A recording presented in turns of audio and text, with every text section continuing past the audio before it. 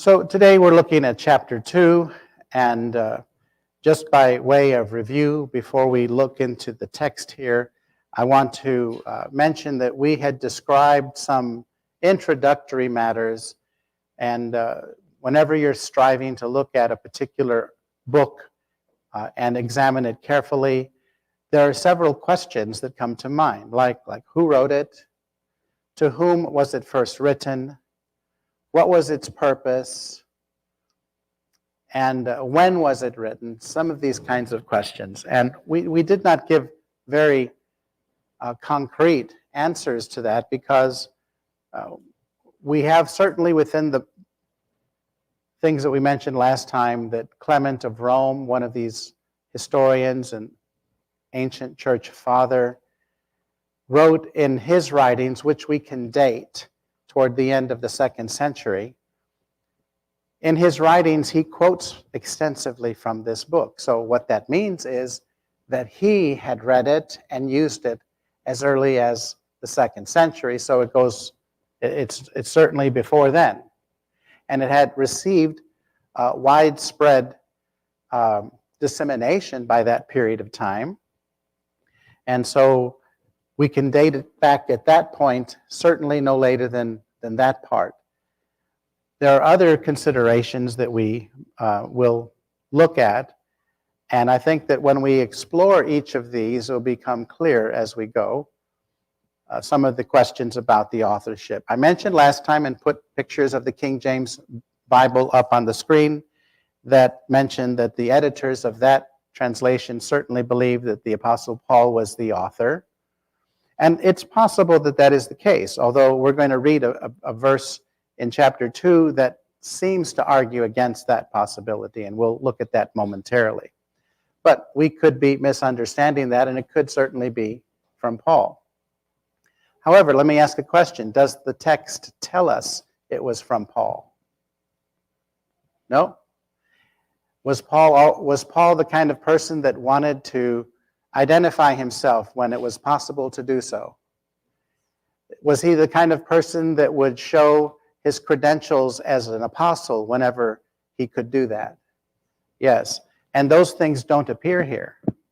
And certainly, if it were written by him, it would be valuable for him to have mentioned that and also to stipulate, I am an apostle and all these various things, but that's not the case here. Someone might say, well, if it was Paul or whoever it was, he wasn't as interested in promoting himself as he was Christ. And I agree, that's certainly true. Whoever the author was, the author chose not to reveal that detail to us. Also, we have to kind of read as we read through each verse and chapter, we will be impressed with the message, and the message tells us implicitly what the purpose was of the writer and why he was writing this message. And there are some definite clues given as to whom he was writing, and at least what they believed and what they were thinking and what they were in danger of doing. Those are things that the message as we read tells us very clearly. Before we look in the text of chapter 2, let me remind you that chapter 1 tells us that God spoke in various ways of old to our fathers by the prophets.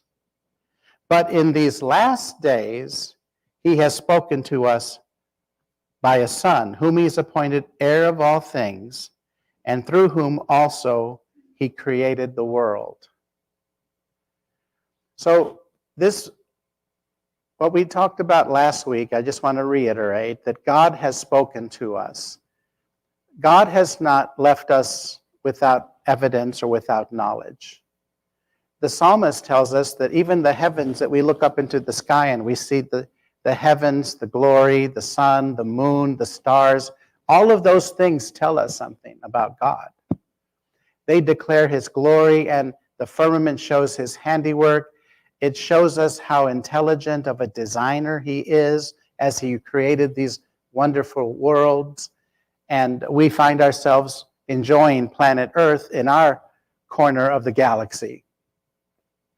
And so God, we know something about his power, his intelligence, his design, just by looking up at the sky at night, which is a beautiful thing to do. As I grew up in Chicago, it was difficult to see the stars because there was always so much light from the city. And there were occasions that we would go out about an hour away from the city, maybe to visit a farm. And when we did that at nighttime, I looked up in an absolute amazement because, I couldn't see clearly all the stars like when I was in the city. And so out there, it was just absolutely tremendous. There's no way to count them all. You can look at certain constellations and maybe look at specific ones, the Milky Way and so forth, and figure out certain things. But it shows great design and intelligence.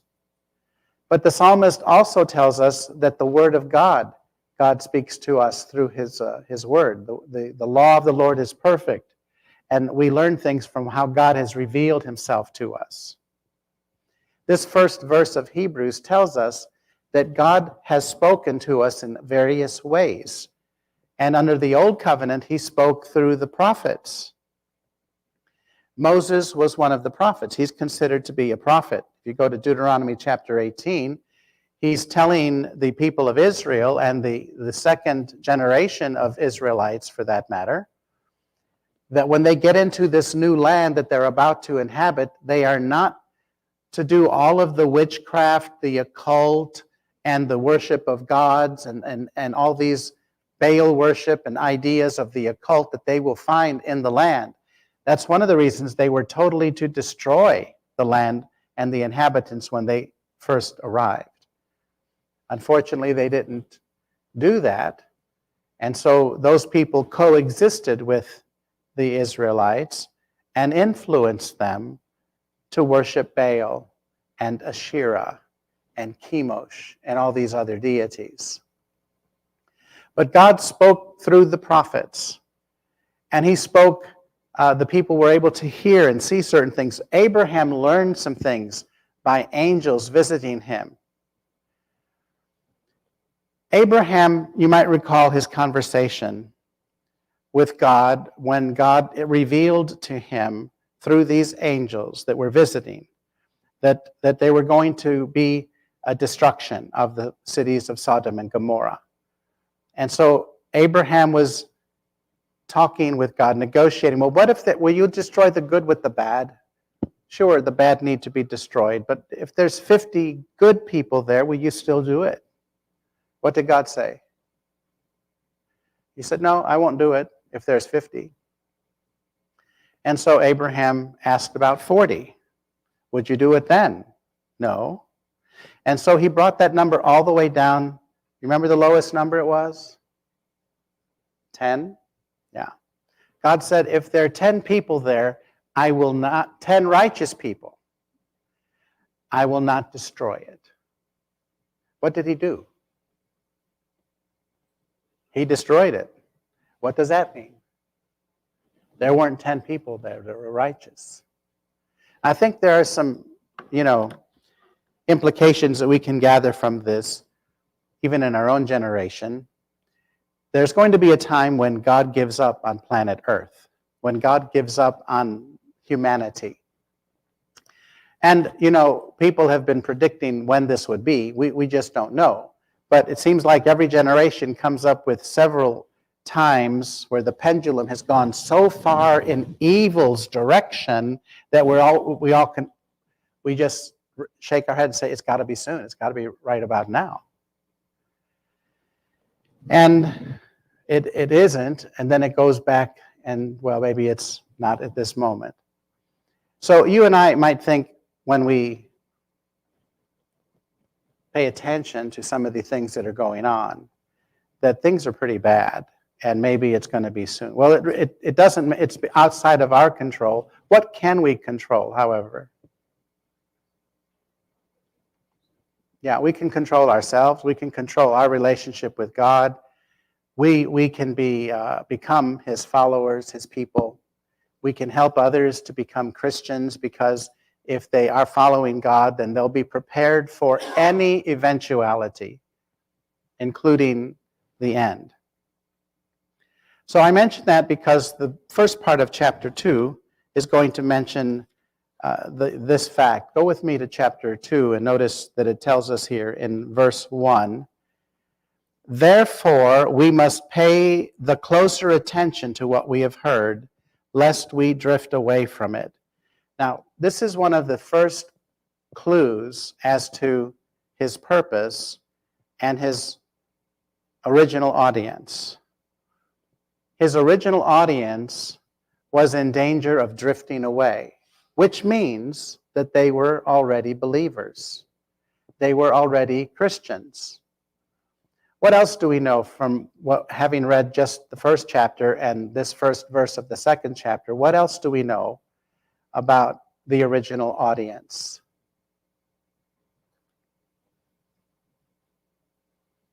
The first chapter is basically Jesus is better than angels. So the people believed in angels. And he refers to various things that took place under the old covenant. So the people believed in angels. They also believed in those things that happened under the old covenant. They were very familiar. He's going to be quoting, he's quoted so many in chapter 1. Notice his quotations in chapter 1. In verse 5, he said, "To what angel did God ever say, 'Thou art my son, today I have begotten thee'?"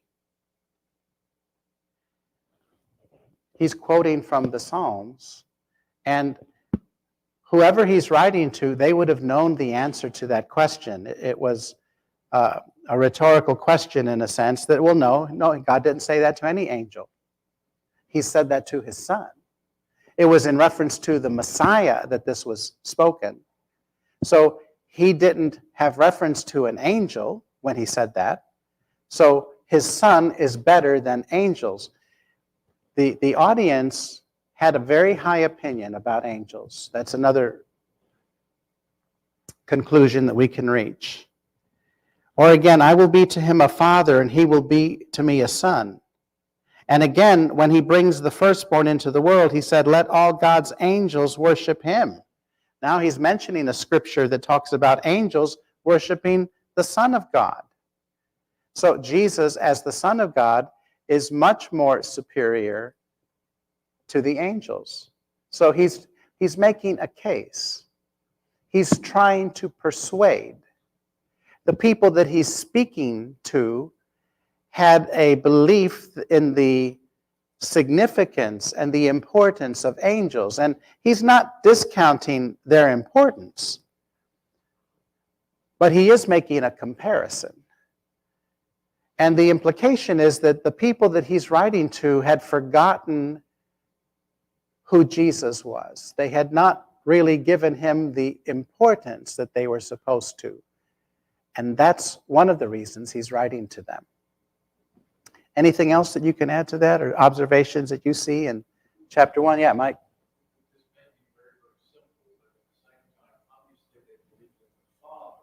Yep.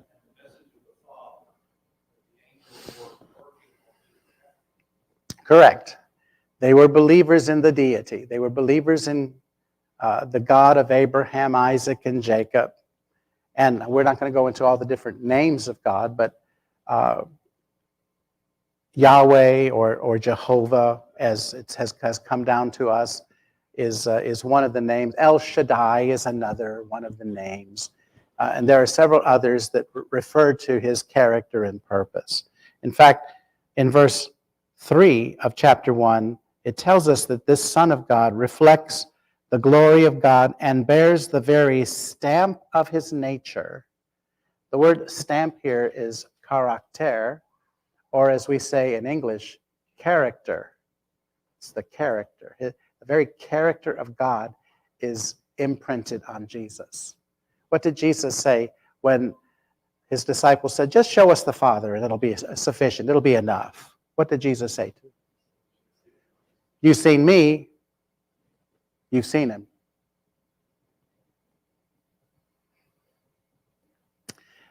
You know, to be in that moment in time. I mean, there's benefits of going to the Holy Land. I've been there twice. It's a wonderful experience. If I could go without all of the commercialization, it would be wonderful. And of course now, all the bombs and stuff, that kind of gets in the way too. It's interesting. We even have pictures of this, but you can go down some of the main thoroughfare highways, and there are bullet shields all the way around. When there's a high-rise building off to one side, there's a bullet shield so that your car can kind of go without getting, the bullets will be deflected, and that's always a good thing, to have the deflection of bullets when you're traveling down the highway. God forbid anything like that should happen around here. But those are realities for people who live in Israel. It's a very unusual situation, and it's been like that since 1947. All right, so Jesus is better than the angels, and he's saying we need to pay close attention to what we have heard, lest we drift away from it. So there is a danger of drifting away, and let me just mention here that the book of Hebrews is a real conundrum for Calvinists. Colley and others have given excellent lessons on some of the doctrines and teachings of Calvinism, and some of these individuals that were principally involved in the denominations of so many, John Calvin, Ulrich Zwingli, and some of these others in the Reformers. Martin Luther, in 1517, he nailed on the church door in Wittenberg his 95 Theses of the problems that he saw in the Catholic Church, and he wanted them to reform and change and do what the Bible says, is basically what he... And by the way, when people were following him, he said, by all means, do not make a church after my name. And of course, what happened? Lutheranism. So they didn't pay much attention to that, but he had the right idea and to reform, but the issues in what we're thinking about here is that you could drift away. And what Calvinism teaches is that you can't drift away. That there is a perseverance of the saints. That if you are once in the elect body, then you can't lose. Once saved, always saved is the popular phrase that is used to describe that doctrine. But it's really difficult to read the book of Hebrews with that idea in your mind. Once saved, always saved. If that's true, then how could we drift away from it? Or later on when we get to chapter 6, we're going to see the same thing there, and especially in chapter 10. So we'll come back to this point. But there were certainly people that this writer was trying to impress so that they could be faithful and remain faithful to God. Notice in verse 2, now he's going to talk back about the angels. The angels had a purpose, and the reason that the angels were valuable is because they were instrumental in relaying information about God. And sometimes this is how God spoke to Abraham, who was a prophet, and other people that were involved that we see in the Old Testament, that God spoke through visions and dreams. Think about Joseph. God spoke through Joseph, and he spoke to Joseph. And Joseph actually, he spoke to Pharaoh by giving him a dream, and then he helped providentially and also directly Joseph to interpret correctly the dream that Pharaoh had. Joseph didn't have the dream. Pharaoh did. And Pharaoh dictated to Joseph what he dreamt about. And then Joseph said, I know what it is. I know what it means. There's going to be 7 fat cows, which means 7 years of plenty. And the very unusual vision of the skinny cows coming up and swallowing up the fat cows and remaining thin, remaining skinny, also has meaning. And Joseph explained that to Pharaoh. But God was speaking to Joseph, and it came through the visions and dreams. And so the first verse of this book, Hebrews, says that God spoke unto the fathers and the prophets by various ways and methods. But now he speaks to us through his Son. And then he describes that Son, through whom also he made the worlds. So if the message declared by angels was valid, and it was, and every transgression or disobedience received a just retribution, how shall we escape if we neglect such a great salvation? This is a rhetorical question. Will we escape? If we neglect God's salvation, will we escape? No.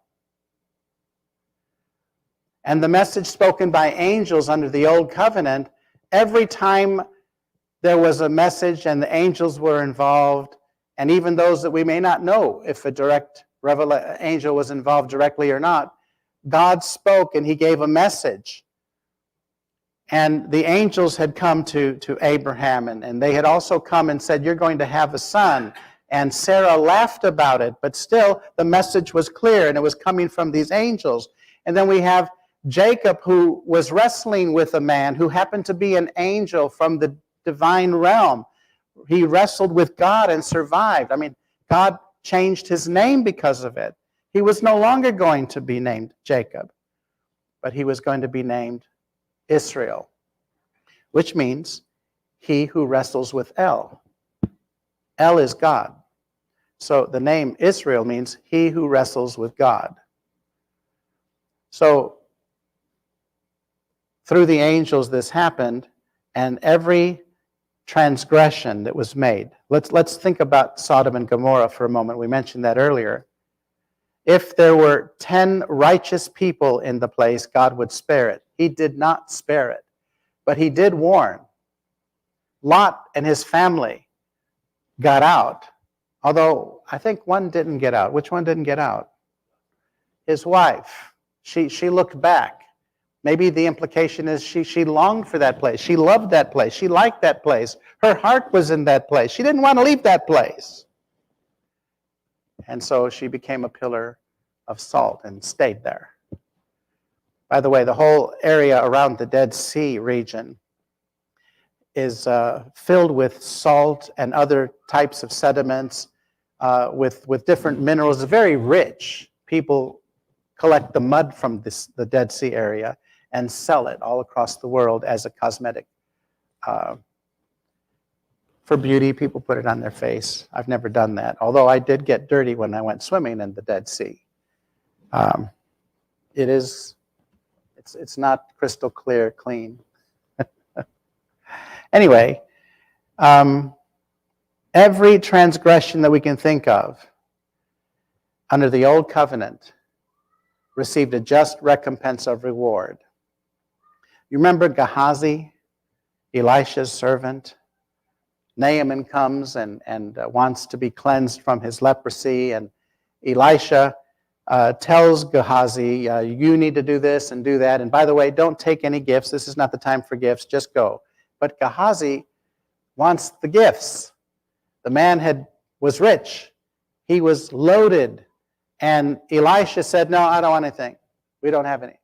And Gehazi could just not let that go. Like when Elisha went back in his house, Gehazi goes running after Naaman and says, he makes up a story, of course, and the whole point is that he's wanting to get these changes of raiment and money and all this stuff.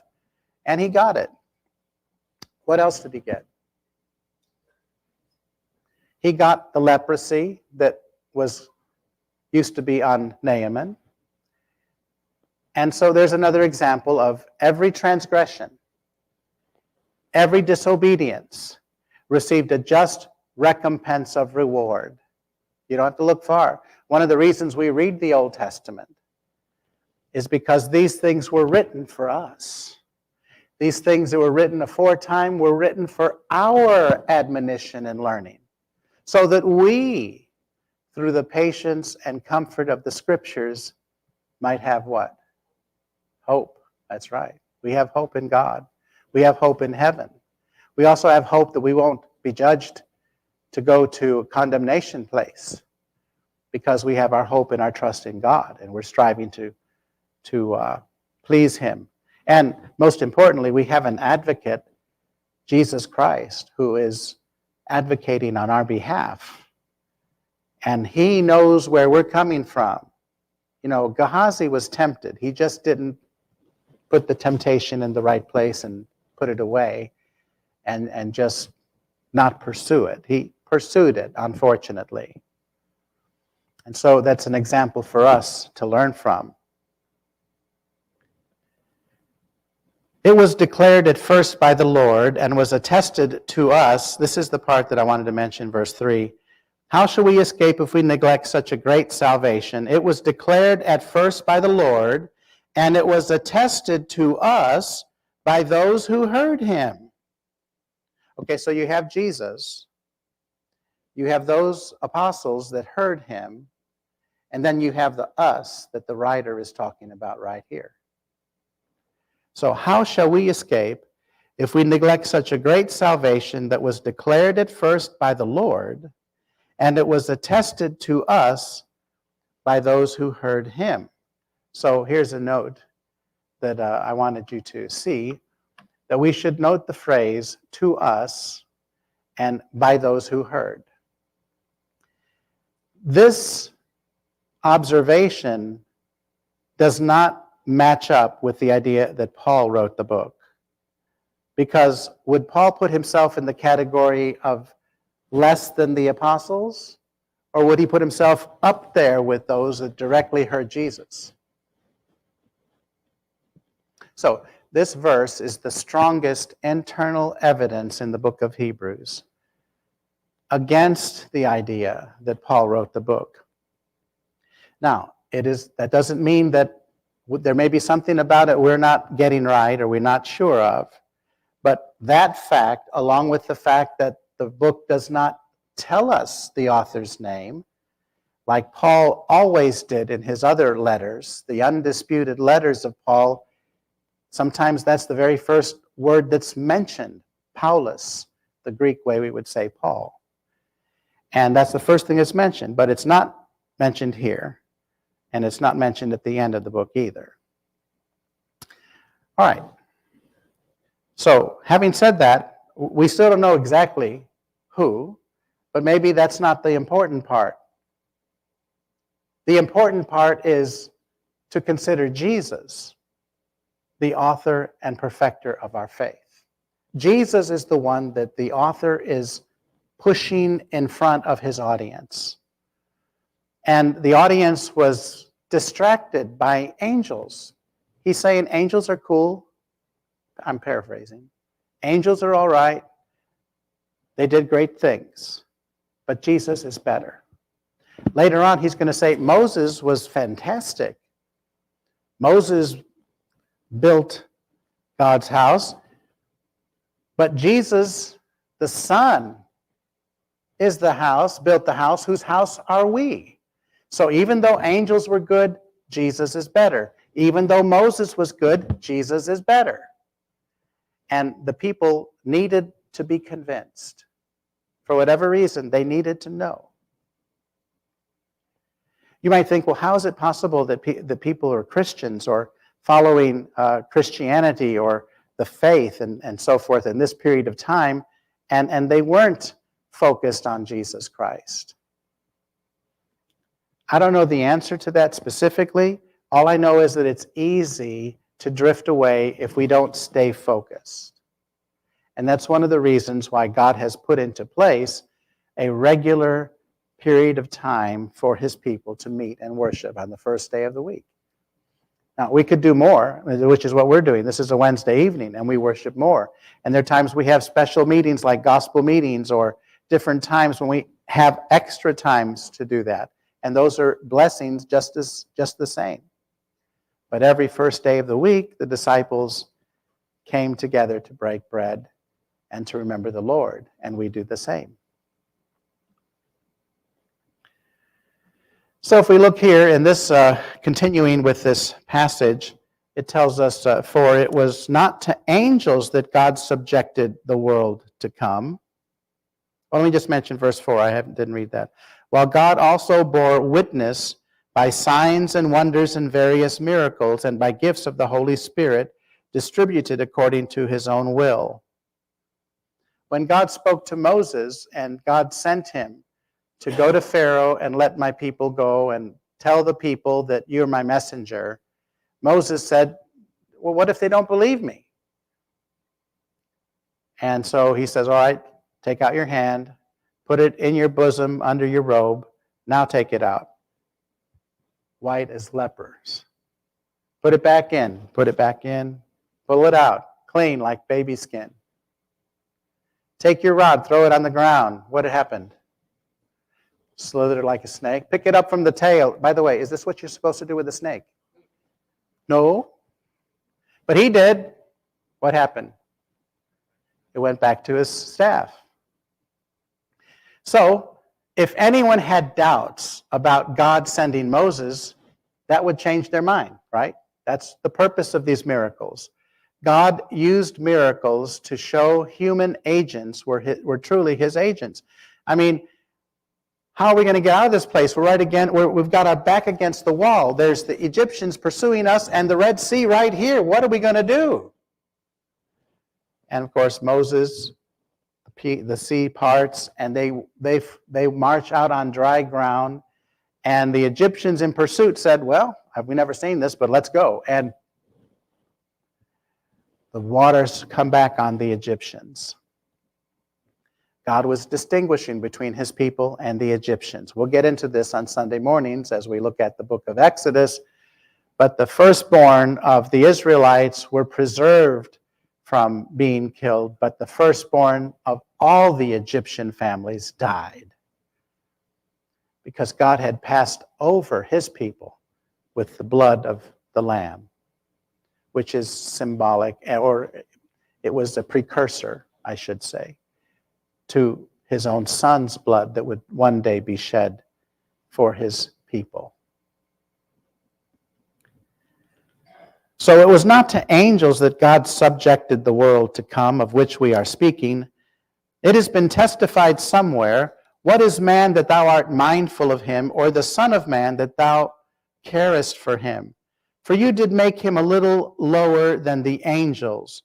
Thou hast crowned him with glory and honor, putting everything under his feet. Now in putting everything in subjection to him, he left nothing outside his control. As it is, we do not yet see everything in subjection to him, but we see Jesus, who for a little while was made lower than the angels, crowned with glory and honor because of the suffering of death, so that by the grace of God he might taste death for everyone. Jesus had a position of preeminent power with the Father in heaven, in the heavenly realm where the angels lived, and he was above the angels. But through the incarnation, when the Word of God that was God was made flesh in the incarnation, at that moment when he was born of a virgin and had been in that manger in a stable in Bethlehem, Jesus was no longer higher than the angels. He was lower, much lower. He was on the earth. He had become like the terrestrials. And he became one of us. He became a man.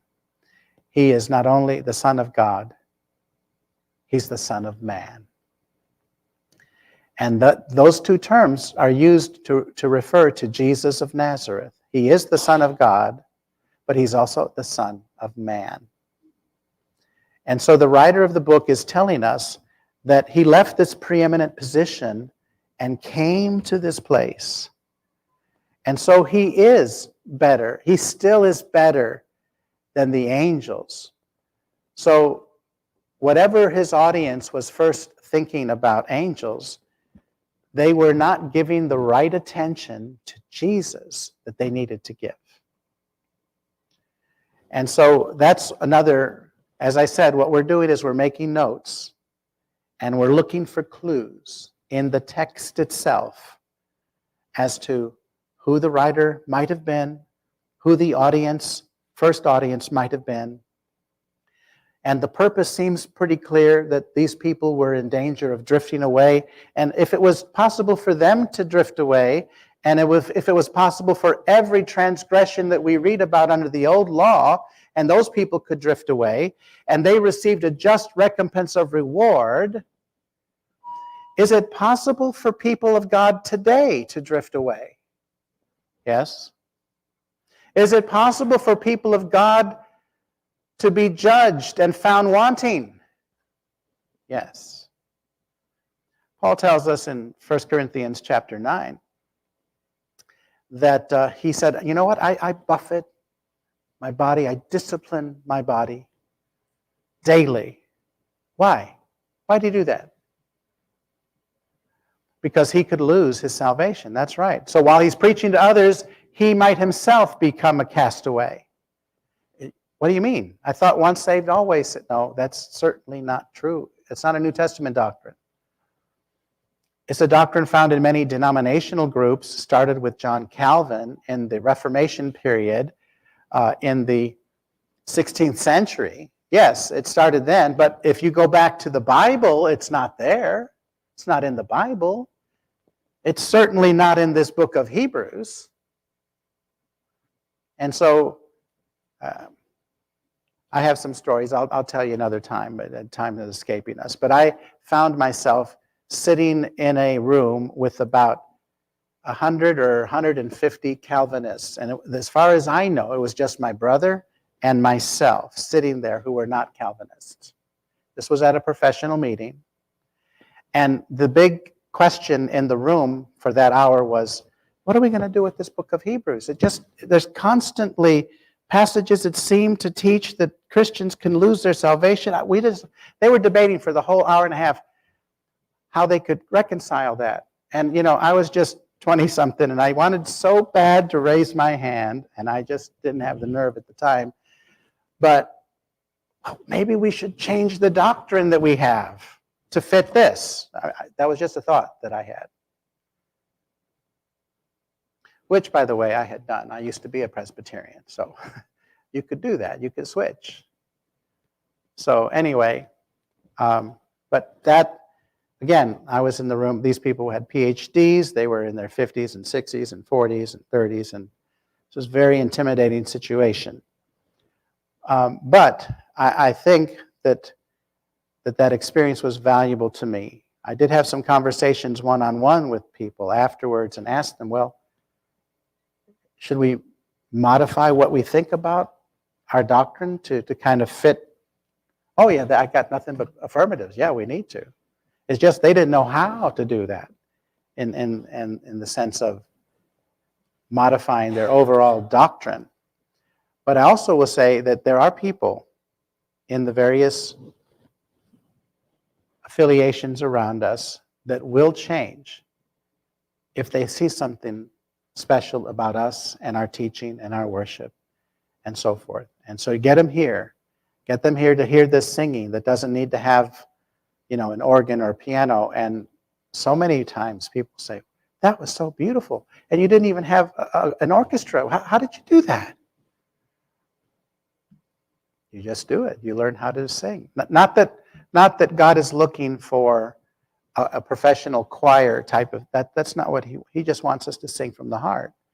And if we do it, and we have some dynamic leaders here that will help us, but if we do it with some conscientiousness, we can sound like a sweet aroma and a sweet sound to God. All right, so just finishing up here, looking at this. In verse 10, it was fitting that he, for whom and by whom all things exist, in bringing many sons to glory, should make the pioneer of their salvation perfect through suffering. For he who sanctifies and those who are sanctified have all one origin. That is why he is not ashamed to call them brethren, saying, I will proclaim thy name to my brethren, and in the midst of the congregation I will praise thee. And again, I will put my trust in him. And again, here am I, and the children of God has given me.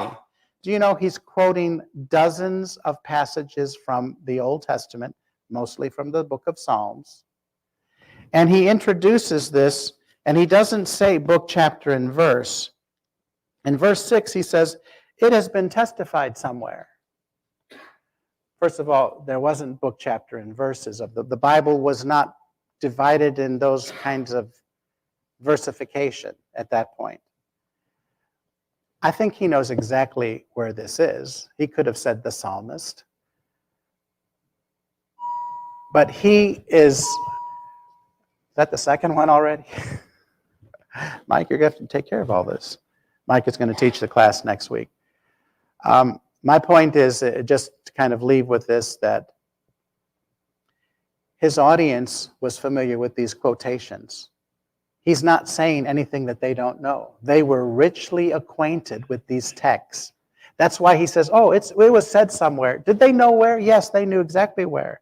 But he's just kind of putting himself aloof from this, saying, it's been testified somewhere. And then he said it.